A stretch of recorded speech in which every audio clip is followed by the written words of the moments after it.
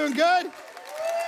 Awesome. Grab a seat. Good to have you all here. Welcome to Bayside Church. A special welcome to our Blue Oaks campus that is joining us today via video. We are super glad that we are one church in many locations, and so glad that what a privilege it is to preach for you at Blue Oaks. I'm very good friends with your pastors there. Love Jason, Scott, all your people. Awesome.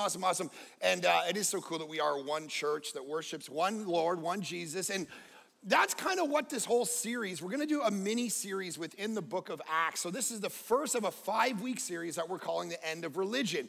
And it really grows out of Acts chapter 7, which is the passage we're in as we're going kind of verse by verse, paragraph by paragraph through the book of Acts, where religion it was kind of the way that things were done all through history. And then Jesus comes on the scene, and here's what he does. He shuts down religion. He says it's over, it's done, that humankind has tried all these things. They've done these sacrifices. They've had these special temples and special land areas and special food and days that they set aside and ways that they tried to impress the gods and God himself, and it's over. I'm coming to shut it down, and I am actually the pointer where all of these things were pointing to anyway. I was the thing that all of Israel's sacrifices and temples and food and special festivals, they were all pointing to a moment where I would arrive, the Messiah, and I am here, and so now it's time to move on. It's time to shut down religion, stop thinking that you can earn favor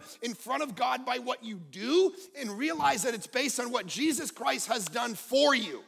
That's the whole idea. And this is a super relevant series. Bring family, bring friends so that it's summer, because this is something that we all need to hear, because we begin to think that we can earn favor in front of God. We begin to think if we're a good person, if we don't watch those movies or say those words. So we come up with Christian swear words like, oh, bung or whatever. And we think that we're good. And we think that God's going to love us because we don't say this and don't say that. And what we begin to realize is you can be just as lost in religion as you can in secularism. You're just as lost. You're just lost in the ways that you think you're impressing God by what you do, and you lose the impact of that great story that I heard a bit ago about the guy who you know, how Jesus was crucified between two guys, and Jesus says, you're going to join me in heaven, in paradise today. And the guy gets up to the gates, and it's like, what are you doing here? And he's like, well, you know, I'm here. And people are like, okay, well, what have you done? Did you take a baptism class? No. Okay, what's your doctrine of the virgin birth? Do you understand the intricacies of the eschatological, sociological impact of the epistemology of the hermeneutics of understanding the biblical text and how it connects? And the guy goes, no.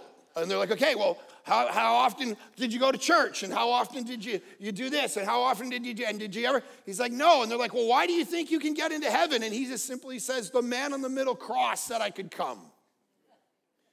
That is literally what your whole life is. It's everything about your performance dies in the scope of the fact that Jesus Christ showed up and put an end to all the sacrifices, all the special place, all of that. And that's what we're gonna realize that this is exactly where we're at in Acts chapter 7. This is what this guy Stephen gets up and he preaches to these people, and he ends up being the first martyr, literally the first person that was killed for their faith in Jesus. And he gets up and he explains this. And so the way I'll frame this then, and we'll get into it, as I explained on the promo video, I don't know if you saw that for this series, is years ago when I had my first daughter, Sienna, she's almost 18 now. So 19 years ago, we had this like an ultrasound. And we went in for the ultrasound to see the baby, and the baby was on there, and she's in the womb, and she's like, you know, it's kind of like weirdly black and white and orange and whatever, and it's like, you don't even know, it looks like an alien, and you're like, I don't know what this is, and then you're like, it's your child, and then they sent us home with a DVD. Remember DVDs, right? How many of us remember DVDs? Yeah, I know you in Blue Oaks, you watch DVDs all the time. So DVDs, and they sent us home with this DVD, and Mozart was playing in the back. And for like the 6 months before our daughter actually was born, my wife and I would sit down and we would watch the DVD, and friends would come over. We'd say, hey, look at our daughter. Look at our daughter in there. And he was like, look at, and we would watch it. Now, how weird would it be if when my daughter was actually born, instead of engaging with her and loving on her and kissing her and holding her, I went, yeah, honey, look, I'm watching the DVD. Right? And a year went by and I just continued to watch the DVD. The DVD was a pointer, but when the reality showed up, it would be odd if I kept going back to the old thing. This is the problem. Israel had had a history and had done all these amazing things. Then Jesus came and he said, I'm shutting this down. It's birthing a new era, a new epoch in salvation history, and I'm inviting you to join it. But if you don't want to join it, you're going to be left behind. And a whole group of people have continued in this world to continue to trust religion versus the gospel. Religion versus grace, religion versus Jesus, and that's what this whole thing is going to be. It's the longest speech in the book of Acts, Acts chapter 7. That's why we got to spend the summer on it. And it's Stephen going through these 4 or 5 great movements through the Old Testament to prove that religion is over. And so he goes through, we're going to talk about Abraham, right? Now, how often you come to church, maybe we don't talk about these guys very often or their stories. So this is going to be awesome because every one of these stories is super interesting. Like Abraham, Moses, Joseph, the prophets, the kings, they're all pointing to the same idea that religion is done and it's giving way to a new era, an era of grace. Okay, so let's jump into it. Acts chapter 7. To set up chapter 7, verse 1, here's what happens at the end of 6. And they set up false witness. Choose a pen first.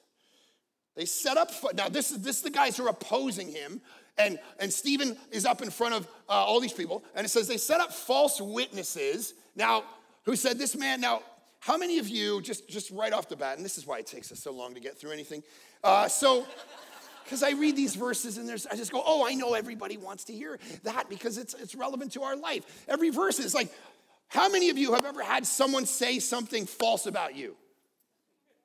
Right? Yeah. How many of us have had people be false witnesses against us? It's one of the most painful things that can happen in our entire life. So outside of Stephen, who ultimately will be murdered and stoned at the end of this chapter for this great speech that we're going to look at, he has emotional strain and stress in the fact that there are people bearing false witness against him. I remember years ago, I was running a church in Vancouver. I'll talk about that in a bit. And one of our staff members got caught cheating on his spouse, multiple people, multiple times. And I had to fire him and get up in front of the church, but I couldn't tell the church all the details or whatever. So I wanted to protect his family. And so to this day, I haven't talked a lot about the details. But when they left, instead of saying, hey, Mark came to the hospital to visit me, the church paid for our bills, our counseling, our moving, blah, blah, blah. Instead of doing that, they went out and slandered. And they talked about us, and and people would come to me that I gotta leave the church because the way you treat it. I'm like, what? And I couldn't even defend myself because I wanted to protect them and the family. So I just had to kind of take it. It's one of the most hardest things in the world is listening to people give false witness about you, lie about you, backstab you, gossip about you. How many of us have been in that scenario? Man, high school students are dealing with this every day, and social media has upped the ante on how often we are just pulling each other down, backbiting, gossiping. The amount of churches that literally fall apart, not because of sexual immorality, but because of gossip, are far more in number. Because we backbite, we slander, don't say anything about this, but hey, I'm telling you so you can pray about it. This guy's a real jerk. It's like, what are we doing? This is false witness. And here's the beautiful, guys, listen, this is why throughout this theme we're going to see why religion ending is so beautiful and the gospel birthing is so beautiful. It's because of this. Do you know what religion says? The reason you live, see, if you believe in religion, then when you get criticized, it will be necessary for you to defend yourself. If someone bears false witness about you, it will be absolutely necessary for you to lash back. Have you felt that? When someone says, and you're like, oh, I gotta call everybody right now. I'm getting on Instagram right now. And you just go. Because someone said something bad about me, it touches you. And so you go, cool. And so you gotta defend. But that's because underneath the thing, behind the thing is this, your belief that you have to be a good person. But when the gospel grabs you, you realize, you're not a good person. You're a scoundrel, right? Especially you. you're a scoundrel. You are depraved. You are sinful. You are, and here's the thing. Jesus Christ was good for you. So you don't have to be perfect. That's the beauty. It's so freeing. It's like, oh my gosh, if someone's mad at you or disappointed because you made a mistake and you failed, guess what? That's okay because you're not God. You're going to let people down all the time. And when you believe the gospel, it becomes less important for you to defend yourself because you know Jesus has been good in your place and you are bound to let people down. It's the most freeing thing in the world. I have people all the time, they criticize. I promised somebody I'd meet them for dinner, and I didn't, and then I canceled on them. This is like a few weeks ago, and then I canceled again because the kids needed 1,400 drives and 1,600. Like, dude, these teenage years, this is crazy. I thought when they were super young, that's the hardest years. Now they're teenagers, these are the hardest by far, all right? Because when they were young, I could just lock them in their rooms and go, and they're like, ah! Now they're like, me out, all right? And I'm like, what? Why are you out? I don't understand. It's like, existentially, you can't say any of these things. Like, so now they're in this place where, so I have to drive them everywhere and get it. So I had to cancel a dinner a couple times. Someone in the church, and I can't believe. It's like, okay, we don't need to come up with I'm sorry. I don't have all the time in the world. I make mistakes, but don't worry, Jesus will never let you down. That's the beauty of the gospel. I'm going to fumble it all the time as a leader, as a pastor, as a friend, as a spouse. How many of you know, this is the beauty of the gospel. Just let that freedom flow through your hair. When you wake up and your spouse says, you're a total failure, go, yes, but Jesus Christ is not a failure for me.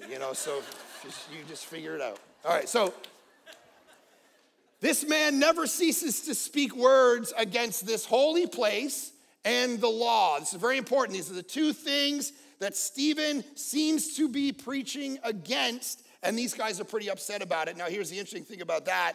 They're both the things that, of course, Jesus Christ went on trial for. Jesus himself, these are the same two things everybody said that because remember, Jesus walked into the temple and he said, this temple is coming down. It's not necessary anymore, and I fulfill the law of Moses. And so Jesus was crucified for these very things, because to speak against the holy place would be like Jesus, like some of us are like, go Jesus, I don't understand why these guys. It'd be like this. It'd be like Jesus showing up and saying, I am going to bomb the White House. Now, I hope AI doesn't pick that up on it. Have the FBI, like, what's up, play? I'm like, if somebody walked in and said, I'm going to bomb the White House, we'd all go, what is wrong with you? That is basically what Jesus did when he walked into the temple, threw over the tables, created a whip, and started whipping people and said, this temple is going to be destroyed, because he's saying everything it represented has reached its time, and now it's me. And everyone freaked out and went, wait. Are you saying this temple is over? I can't believe it. And they freaked out about it. This is the same thing that they're saying Stephen did, and they're saying this is not good because they've shut down religion. Now, here's the beautiful thing about this. Because exactly what they said, verse 14, we've heard him say that this Jesus will destroy this place and will change the customs that Moses delivered to us. The temple, Moses, these are the most important religious things in the world. Why are you saying Jesus is going to overdo them? So this is exactly what Jesus did. So remember that famous story in John chapter 2 where Jesus turns water into what? Wine, right? Some of you are way too excited about that. So it's like, okay, wine. Okay, so Jesus takes water at a Jewish wedding where they're all celebrating, and he turns into wine. And of course, we're like, okay, great. And then we know John's a good symbol writer, so he's doing something with it. But the text tells us what he's doing with it. So look at this, John chapter 2. He tells us, as the writer to the readers, there's 6 stone water jars there, but what are they there for? The Jewish rites of purification. Jesus shows up, takes water that is in these 6 jugs that were meant for the law, the age of religion, and he makes them wine to tell everybody, I'm the new wine. Whatever these water jugs were there for, the religious festivals, the purification, the wash, all of that is over because I have arrived. The new wine is here. And it holds 20 or 30 gallons, which is a lot of wine, by the way. They say about 600 and 900 bottles for a wedding that's almost over. So I don't know he's like, it's called extreme hospitality, unreasonable grace. It's beautiful. And so verse 10, and now I love this because even these phrases that we just read through, there's a theological meaning in them to John. And so the master tastes the wine, and he says to Jesus, everyone serves the good wine first, and when people have drunk freely, then the poor or the bad wine comes out, right? You tend to move from the bottles to the boxes, right? That's what he's saying. Like, hey, everyone, look at this nice wine. It's $120. It's my daughter's wedding. And then after you've had a glass or two, all right, bring the boxes out. And then you're just like, here you go. And like, this is good, because nobody can taste it that much anymore. But listen, the master of the ceremonies ain't talking about wine. John wants you to read. This is eras of salvation history. And the first era, the first era, which is supposed to be the good era, the religious era, the era of laws and Sabbath days and temples and purification rituals, that is usually the good stuff. And then the bad stuff comes after. But you flipped it. You see, you've brought this new, that's now the poor wine, and this new era of salvation is the good stuff. It's freeing. It means that all your shame and all your guilt and all the nonsense of your life, it means grace. It means no one can track you. What, didn't you pay attention to the Sabbath from this moment to this moment? Okay, away with you. Did you make sure that you did this? You figured this? Did you ever watch a rated R movie? I saw Saving Private Ryan. I saw you watching that. You're out. That era is over. There's now an era where all of that is done. So I know a guy who has a tattoo, okay? And the tattoo on his arm is Leviticus chapter 19, verse 28. And it just says Leviticus chapter 19, verse 28. And then everyone says, what does that mean? And he says this. It's the passage where it says, do not cut your bodies for the dead or put tattoo marks on yourself. I am the Lord.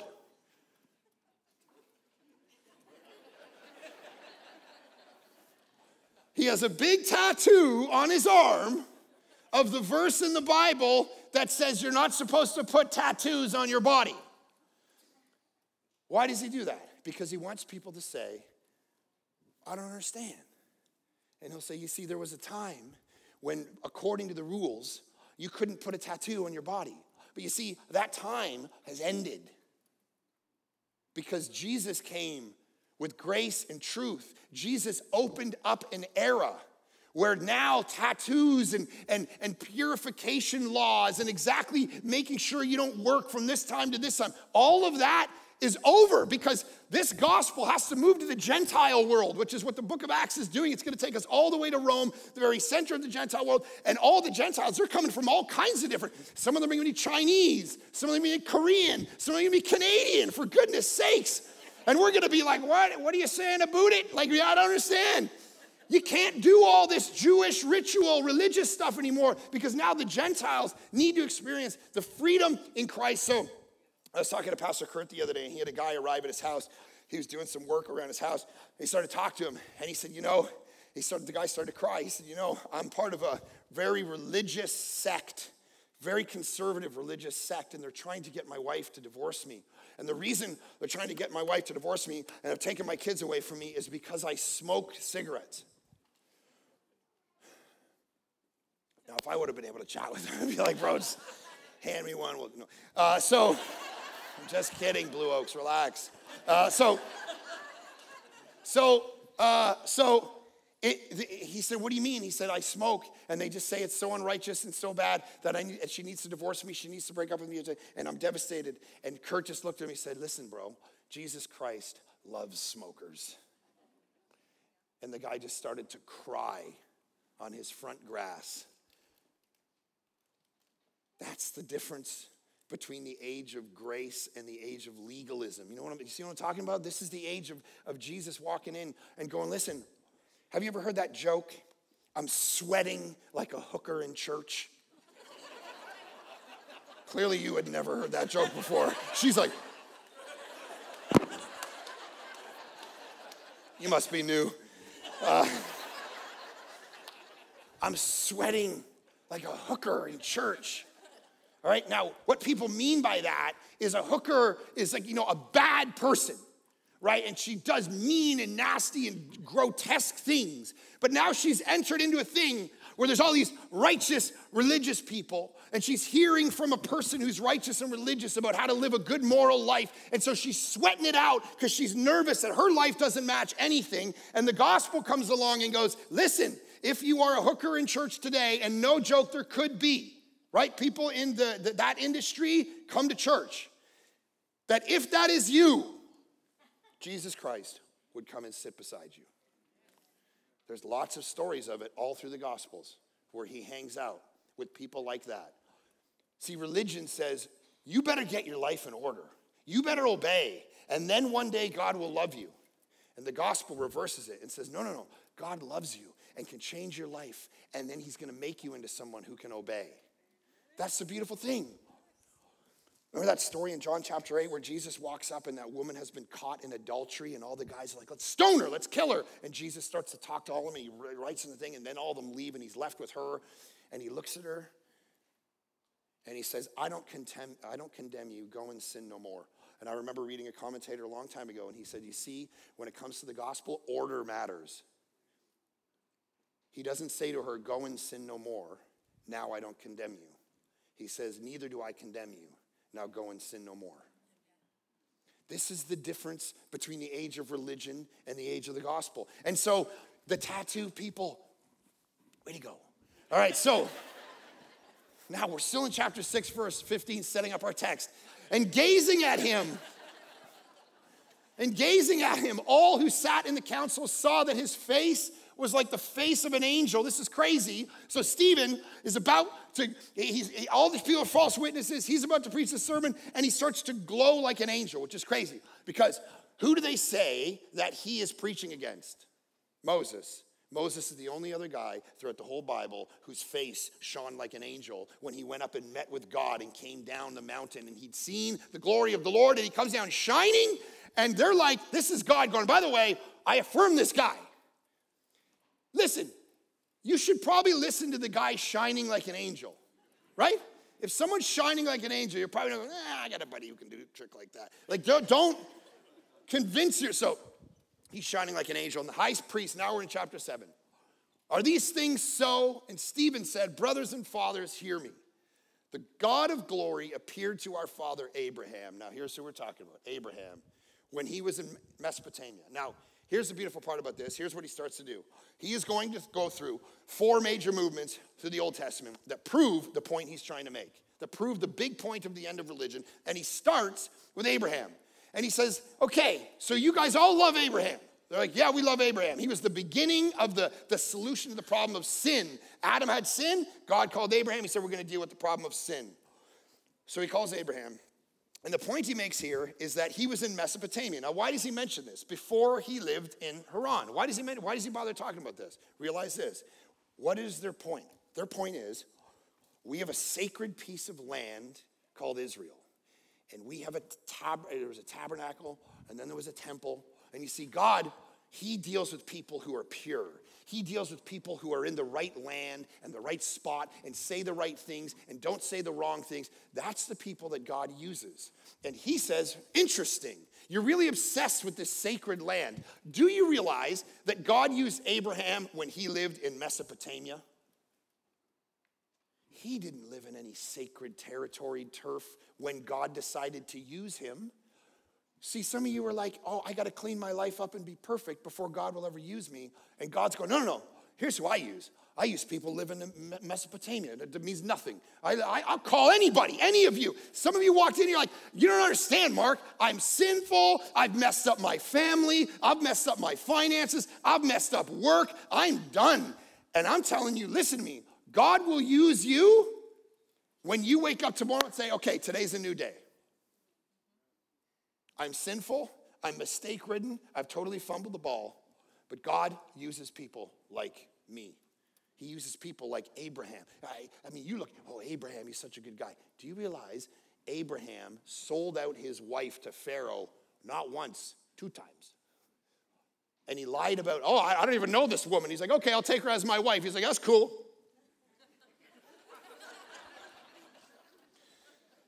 Oh, Abraham. He's using him as an example. Here's what I love about this. Christianity has no sacred turf. If you go to Israel, you'll walk up to the Temple Mount and you'll see Jews and Muslims fighting about whose temple this is. You'll see people, this is mine and this is mine. I'm going to blow your family up. I'm going to do this. Everyone's fighting. Every religion's talking about sacred turf, sacred land. You can go to the cemetery. You could go to the place where their bodies are buried, to Muhammad. You can go to Mecca. There's pilgrimages to Mecca every year in Saudi Arabia. You can go to Abraham's tomb in Hebron. You can go and visit it. Here's the thing. The only tomb in regard to Christianity is empty. We didn't know, we can't go. This is where Jesus is buried. Isn't it lovely, son? That would be a problem. Jesus ain't there. He is risen, right? He defeated death. And here's the thing. I love this. I was watching this clip from John Piper a couple weeks ago. He's this pastor. He's, I don't know, probably almost 80 years old. And he's up there preaching to his church. And he's been at his church for a long time. And he looks out at his congregation. And don't get me wrong. I love trips to Israel. It's all like Aaron was talking about that earlier. I love it. It's great. It's great. And you should go there. It makes the Bible come alive. Love it. But the point he makes is this. Is he's looking at his congregation. He says, listen, he goes, I've never been to Israel. This is John Piper. This guy's been a Bible teacher for 60 years. He goes, I've never been to Israel. And he goes, and when I retire from this church, after my 35 and 40 years, don't send me there. Fix my car. And then he says, because there's no more Jesus in any square inch of Israel than there is in the pews of this very church. This is what Christianity blew up. No more sacred land, no more sacred temples, no more special food, no more special days. It's all gone because the thing they all pointed to, the person, has arrived. And when Jesus died on the cross, the book of Hebrews says, and that veil was torn, God didn't need all of your sacrifices and stuff anymore because he had arrived. And so this is what Stephen's saying. Well, you guys didn't even realize Abraham, he didn't even live in this land, and God used him. You guys know my story. I don't need to repeat it. Blue Oaks doesn't know it as much, but came from a messed up Mesopotamia kind of lifestyle, no church background, never walked into a church till I was 19. My dad adamantly hated Christianity, was opposed to it. There was all kind. I had mental health issues as a kid growing up. My parents got divorced. My dad died when I was 15 years old. I mean, there's literally everything in my life points away from me being a pastor. And I know some of you are like, I know, I can see why you're not a very good one. Fair enough. Fair enough. But we are all the kinds of people that God could never do anything with, and he just does because he's good. Right? He's powerful. He's the one who does amazing things versus us doing them. And so he says, this is the thing with Abraham. He called him and he said, go out from your land. I love this. Go out from your land and from your kindred and go into the land that I will show you. I want you to leave everything you know. You know all your people, your family. How many of you have ever moved like away from your family to a new spot? Yeah. Put your hands up at Blue Oaks. Yeah, I can see it. Don't roll your eyes. All right, so people who move away, I moved away when I was 23. I got married, moved away from everything I ever knew. I grew up in Toronto. I got in a car. My wife and I moved to Vancouver, Canada, on the west coast of Canada, and literally drove 4 days, got to our little house, and we didn't know anybody. We knew nobody. Like literally, we just started meeting people at the local restaurants, and like the waitress would be nice to us and we'd be like, yeah, we think she wants to be friends. I think we should. Do you want to come over? She's like, no, I'm good. All right, it's just like, what's wrong? Are we weird? We were like dying for a relationship. And we got up. I remember we lived in the top floor of this house, And a guy came to our door, boom, boom, first night. I opened the door, he's like, I'm the guy who lives under you. I'm like, okay, what's up? What do you do for a living? He's like, I'm a DJ. I'm like, great. And he's like, you keep it down up here, okay? I'm like, all right. Well, we're just walking around. First night, I'm like, what does that smell? And he's hotboxed our whole house up through the vents with smoking weed. And we're like, oh gosh, so hungry all the time. I don't know if I can do this. We got to shut this down. And so my wife just started crying. First night we didn't even know anybody. It was like, what are we doing here? We all know these experiences. This is what he's telling them to do. I want you to go from everybody you know, everything you know, right?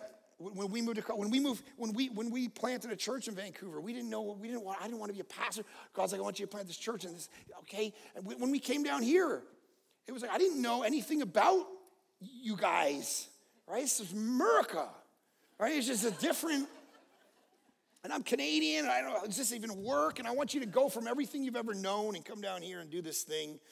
And my daughter's coming down here from everything they've ever known. I mean, it's a weird thing to leave your land. Isn't it? It's a weird thing. And coming in here and just being like, I don't know any. And the kids are, I remember when we first got down here, my middle daughter, Hayden, she, it was like a bit to find some friends and her crew. And we had lost our dog up in Canada. That was super sad. She came down here. And so she connected with this horse. And this guy who worked at the church is like, oh, you should come up. I got this horse. So Hayden was like, oh, man, this is great. I don't have any friends, but I'll ride this horse. So she rode this horse every single day. I mean, we got the thing, a saddle. We got a thing for its head. We go up there and clean the stable. It was like a movie scene, like that montage of like you're cleaning things and you're giving all new life to this horse. And this horse, I'm serious, even the owner said this horse, it just kind of grazed around for like 5 years. No one ever gave it any attention. All of a sudden the horse, he said, it's trotting around the land. It's come alive. And my daughter would lay on the back of that horse and go out, and she literally for an hour every day would talk to the horse and say, these are my dreams, and I'm in this new land called Sacramento, and I don't know anything about it, and I don't know what to do, and I love you, and I'm going to be with you, blah, blah. And we got a phone call after like a year of this, that horse is dying. What? And we went up there, and she grabbed the head of the horse, and it went, gave one little, and then boom, died in her arms. And she came home and said, why does everything I love die? Why did we come down here? You go through all these moments in life where it's like, I don't know. America, it's just different. You guys have like these high school graduation parties. These are insane. It's like the kid's not getting married. Why are there 400 people in this backyard celebrating this kid graduating high school? I mean, I know it's exciting, but do we need to do this times 28? Every backyard for 3 months, and everyone's just handing cash around. I give 100 to your kid, you give 100 to my kid. It's crazy. And as a Canadian, we've never done this stuff. I don't even know. The other day, they went ice skating, and my kids, that's their sweet spot, right? They look like, they go down, none of the kids in Sacramento, they're all falling all over the place, they're banging their heads, and my kids like Russian, skating champs. Woo! The difference between Canada and America. It's weird to leave your land. And Abraham did it, and he didn't know, take away from your kindred, go to the land I'll show you. Then he went out from the land of the Chaldeans and lived in Haran. And after his father died, God removed him from there into this land to which you are now living. He's trying to take them through the story and go, you're living in this special land. Abraham got you here. Yet he gave him no inheritance, not even a foot's length, but promised to give it to him as a possession and to his offspring after him, though he had no child. He had no child. God said, I'm going to make a nation out of you. He said, I'm super old. I'm going to a land I don't know. Here's the point. Are you a person of faith like Abraham?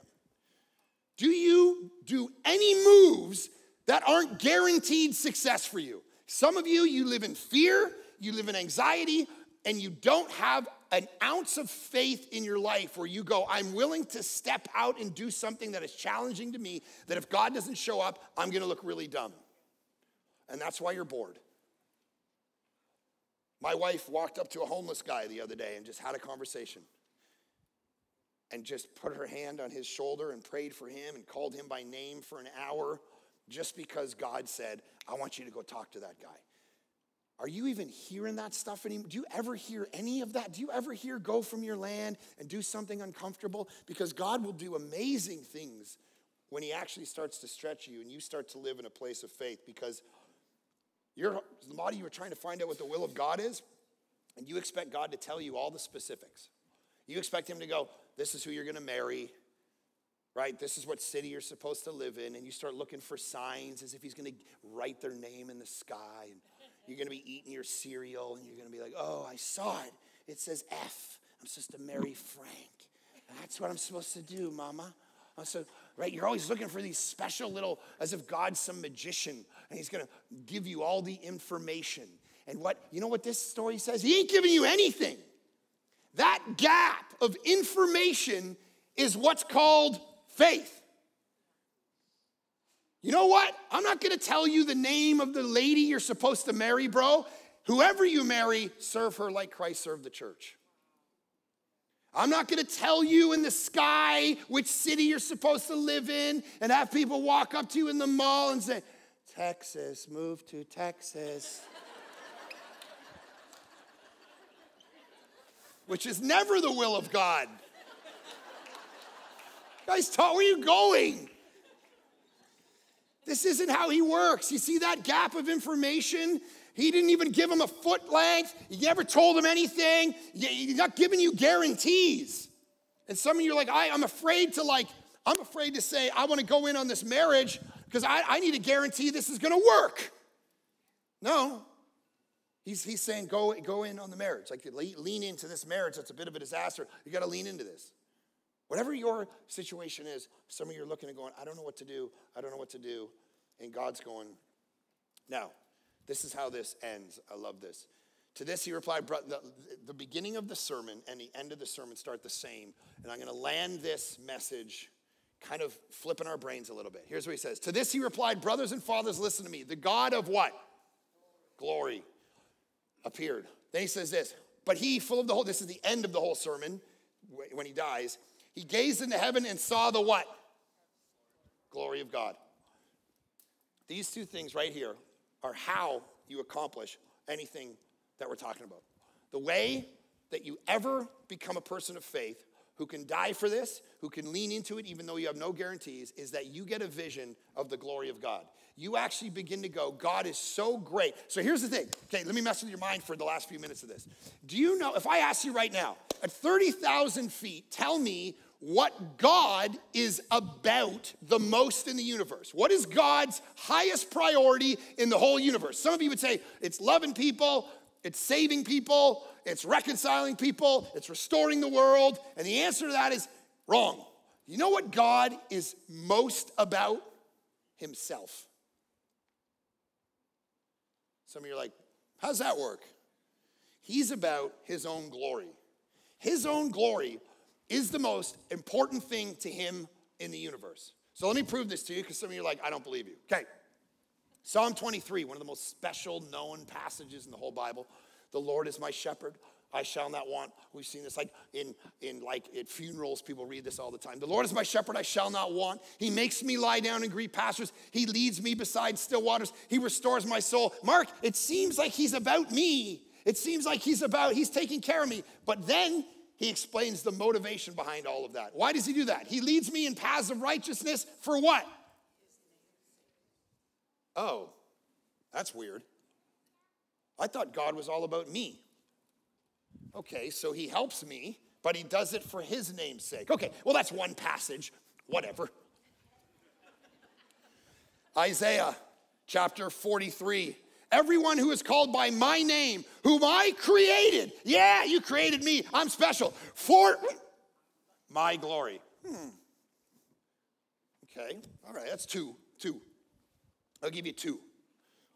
Isaiah 48. For my name's sake, I defer my anger. For the sake of my praise, I restrain it for you, that I may not cut you off. For my own name's sake, and then just in case you didn't get it, for my own sake, I do it, for how should my name be profaned? My glory I will not give to another. Seems like there's a theme building. Romans chapter 9, for the scripture says to Pharaoh, for this very purpose I have raised you up. Why did he harden his heart? Why did he do all these crazy miracles? That I might show my power in you and that my name might be proclaimed in all the earth. It seems like God is about himself, which is really awesome, by the way, because here's why. And then I'll pray for us. Listen. This is the difference between cat theology and dog theology. Okay? Now listen to this. How many of you have cats? How many of you have dogs? Okay, I got both. So I can testify this is true. So, a cat, here's how a cat works. A cat says, my master feeds me, serves me, loves me. I must be God.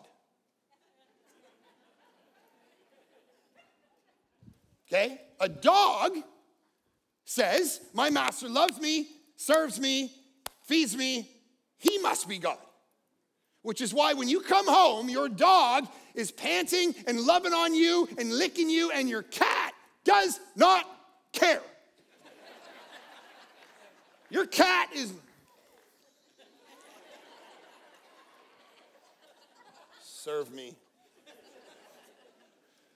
Why? Because some of you have cat theology where you think because God takes care of you, loves you, died for you, that you're the point of the story. And what the Bible says is he's the point of the story. His glory, once you get a grasp of that you are not the center of the story, that God, yes, of course, John 3:16 says he loved the world and that's why he gave Jesus, but you realize there's other things going on in the universe, right? There's DNA strands that exist for the glory of God. There are stars. What do the Psalms say? The stars, the sky, the clouds declare what? The glory of God. The trees, the ladybugs, the way math works, science, art, it is all for the glory of who? God. He is epic, he is cosmic, and yeah, you're in there somewhere. You're part of the story, but here's why that's really good news, by the way. Because if God cared about you more than he cared about himself, he'd be an idolater. Because he would care about something more than God, which he told us we shouldn't do. And the other reason that's really good news is because he designed you, that when you care about his glory above everything else, he designed you, that's how you're happy. That's how you flourish. That's how you're going to kill it in life. When you're going, I must decrease, he must increase. I must live for his weight and his glory being felt. It's cosmic. It's huge. It's everything. God is so much bigger. And once you grasp that, you can do what Stephen did, which is die for this. Because you realize your life is a small part of the story, which is why Jesus goes, hey, those who are willing to lay their life down for the gospel will save it. I remember, I'll close with this, and then I want to do a response song. You guys can start coming out. And Blue Oaks, I'm going to pass you off to Jason Crow, your pastor, and we're going to have a moment here to respond.